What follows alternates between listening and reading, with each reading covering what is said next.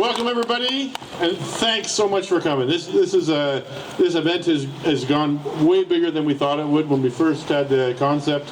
We're at over 200% of our goal, which is just fantastic. Yeah, cheers! Woo! There's nothing like the sound of clapping in a pair of mitts. It just makes a nice muffled sound.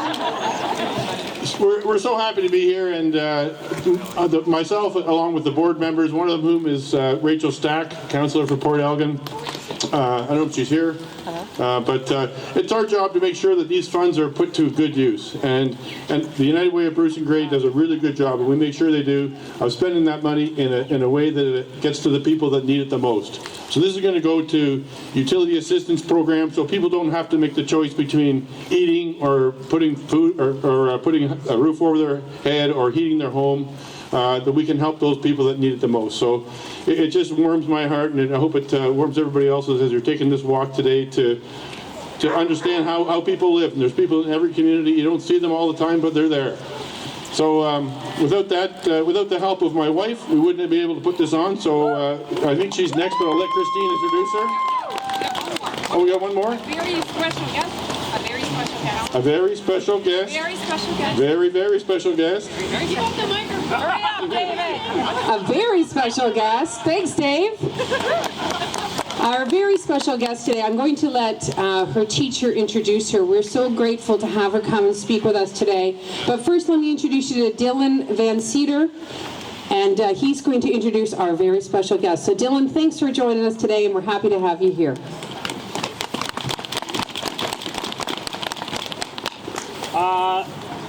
Hi everyone, my name is Dylan Van Cedar. I'm from Saugeen Secondary School, and I just want to thank you all for coming. I know it's cold out, but I'm here today to have the astounding privilege to invite a young woman who's inspired me as her teacher. Towards the end of her class in English, this young girl was brave enough to share all the things that she's been through with the lack of low-income housing. As her final project, I was impressed when she was passionate about researching and trying to find solutions to this great problem that we have in our community, and that's affected her life and many others. I asked if she wanted to put a personal story at the end, just 1 to 2 pages, and she wrote me 3. And I almost was put to tears, not with sadness, but with pride for her courageously sharing her story with her teacher and wanted to spread that out to the world. And I hope that all of you will see the first-hand look towards this problem we all have as a community. I am honored to introduce a growingly confident Natalie to come onto the stage. This is her first time speaking in front of everyone, and is just a little bit nervous. So I invite everyone to give Natalie a warm welcome on this cold evening.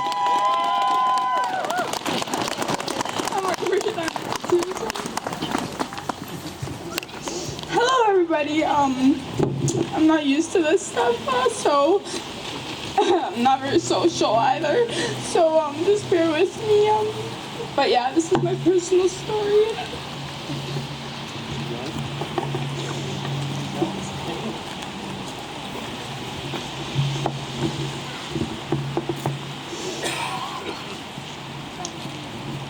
One day in 2021, my mom had stopped paying rent.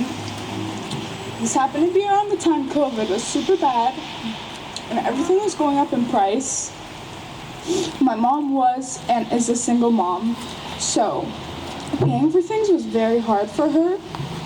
She also had nobody helping her, except for my nan and a few other friends here and there. We couldn't really rely on my nan, to buy us food, so my mom had to make a choice and choose to pay for groceries instead of paying for rent.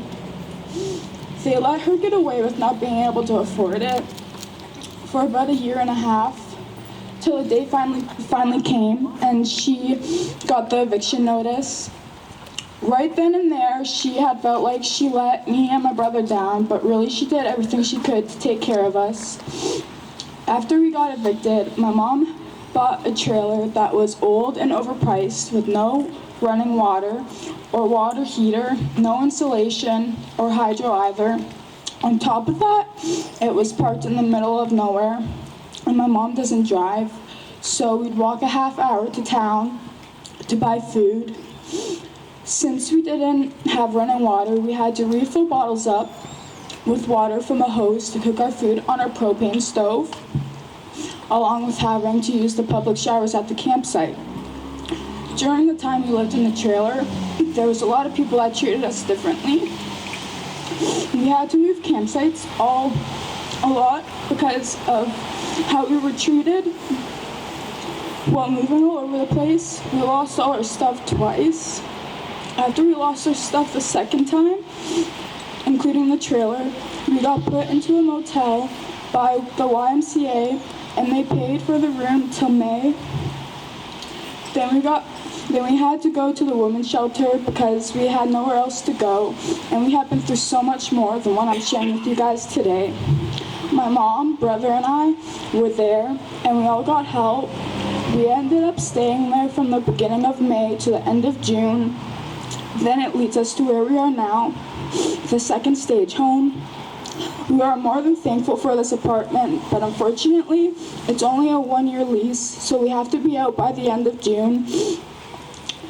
There's a housing lady that's working for the women's shelter that's supposed to help us find a place and make it so we're on the low-income housing list for about the top 10 families or so. With the time that we have left, we don't know if we'll get a place on time because of the housing crisis, especially for the people with lower income. Therefore, I think the government should make more affordable places for the people that are struggling with money and need help. I also know that people on Ontario welfare or on minimum wage do not get paid enough, especially if it's all the money they get for rent, food, life supplies, and other necessary things. I've lived it. I didn't just see what it was like. Finally, I know there's a shortage for affordable housing for the low-income people, us being one of the families. So that is why I chose to do this today. As much as it was for me to make myself feel good, it was to spread awareness and for others who are struggling as well. Thank you all for standing by to hear my story, and I hope you all have a wonderful day.